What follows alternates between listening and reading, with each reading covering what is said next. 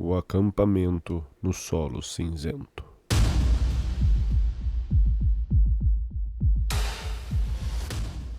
Uma vez, um grupo de amigos aventurou-se a acampar numa mata, conhecida como Solo Cinzento, devido às lendas que descreviam a floresta sendo coberta de cinzas quando os anjos desciam dos céus. Foi um dia de festividade. Eles beberam, cantaram e riram durante todo o dia, até a inevitável chegada da noite. Inúmeras nuvens encobriam as estrelas do céu, enquanto um frio pairava sobre as pessoas. Assim, vestiram seus casacos, reuniram-se em círculo e acenderam uma fogueira no centro, cuidada por um rapaz chamado Will. Posteriormente, Will, após acender a fogueira, começou a narrar contos de terror com o intuito de incutir medo em seus companheiros de acampamento. Essas histórias giravam em torno daquele local específico, relatos de demônios assombrando aquele ponto, aquela floresta e todo o ecossistema da região. Conforme as narrativas de Will, aqueles que acampavam ali desapareciam da sua realidade e eram levados ao inferno pelos demônios do Satanás. No entanto, a maioria dos amigos estavam demasiadamente embriagados para permitir que o medo se apossasse de seus corpos. Na verdade, estavam mais focados em vomitar devido à bebida ou a rir sem motivo aparente. Algumas exceções ouviam atentamente as histórias de Will, especialmente uma jovem chamada Gore, que seu olhar permanecia fixo nos olhos de Will.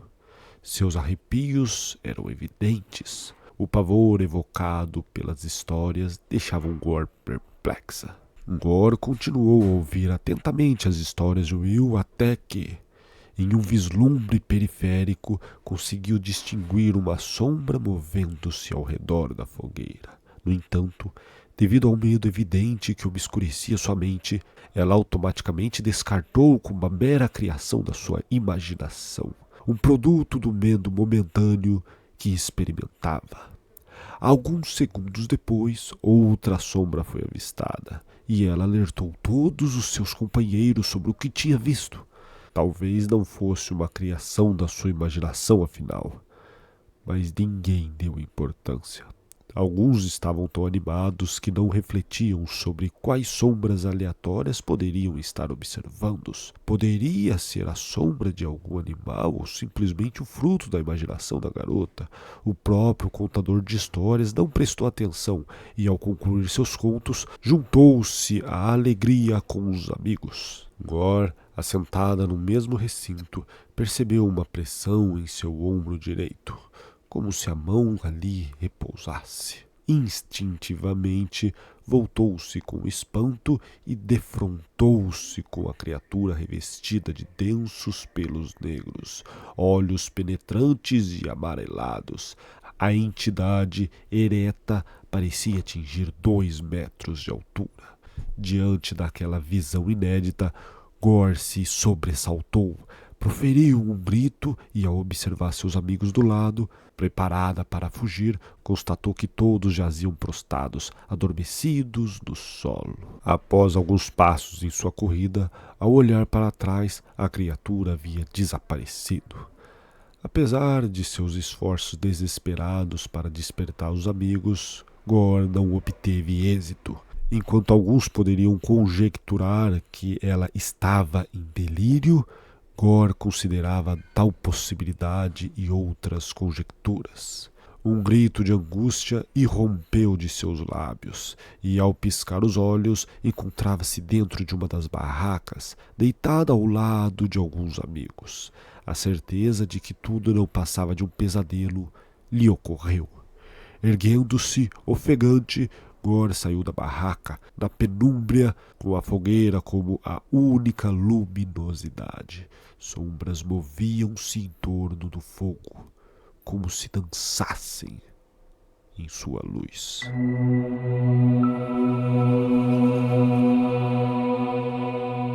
Neste instante, a jovem precipitou-se de volta para a barraca, indagando-se se testemunhará um pesadelo ou ainda nele se encontrava.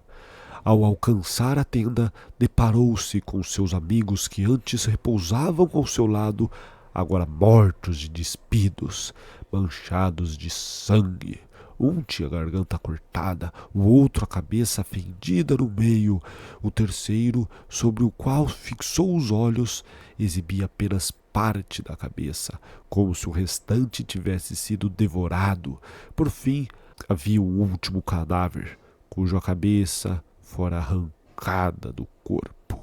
Diante dessas visões desoladoras, Gor começou a vomitar desesperadamente.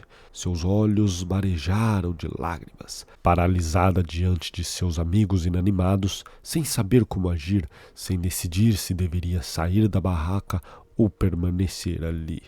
Correr para fora da mata naquela escuridão sagrada ou permanecer junto à fogueira, aguardando o aparecimento de algum colega. Não houve tempo para tomar a decisão, pois depois de seu segundo grito, a fogueira se apagou e o céu noturno iluminou o ambiente ao ponto de conseguir observar o solo ficando coberto de cinzas. Cinzas essas que estavam caindo do céu. Enquanto observava esse fenômeno, algumas risadas incomuns cercavam o ambiente ao seu redor, parecendo vir de todos os cantos, e o medo só aumentava. Seus olhos já não piscavam mais. Seu coração acelerava intensamente. As pernas tremiam descontroladamente. Seu corpo não permitia dar um passo sequer. Sua voz já não saía mais. Era como se estivesse perdida. Após alguns segundos, exatamente no mesmo lugar, alguns seres começaram a emergir daquele solo coberto de cinzas, como se fossem almas malignas saindo do inferno. Dezenas deles saíram e agarraram a garota, levando-a para o local de onde vieram, debaixo das cinzas do solo. Gor debatia, tentava escapar, fugir, mas era fraca diante daquelas entidades, até que, por fim, foi engolida por completo.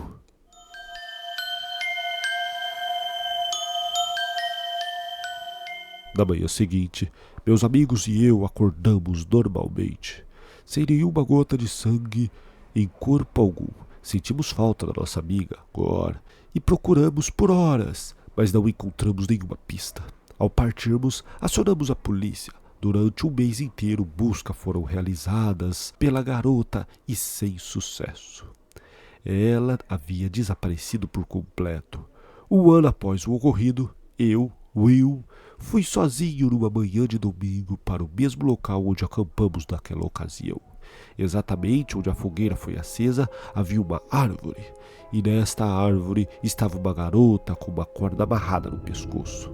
Seu corpo estava deteriorado, como se tivesse morta há um ano. No solo, exatamente sobre a direção do mesmo corpo, havia uma porção de cinzas e um diário sobre ela. Ao abrir o diário, estava escrito o ocorrido de sua morte.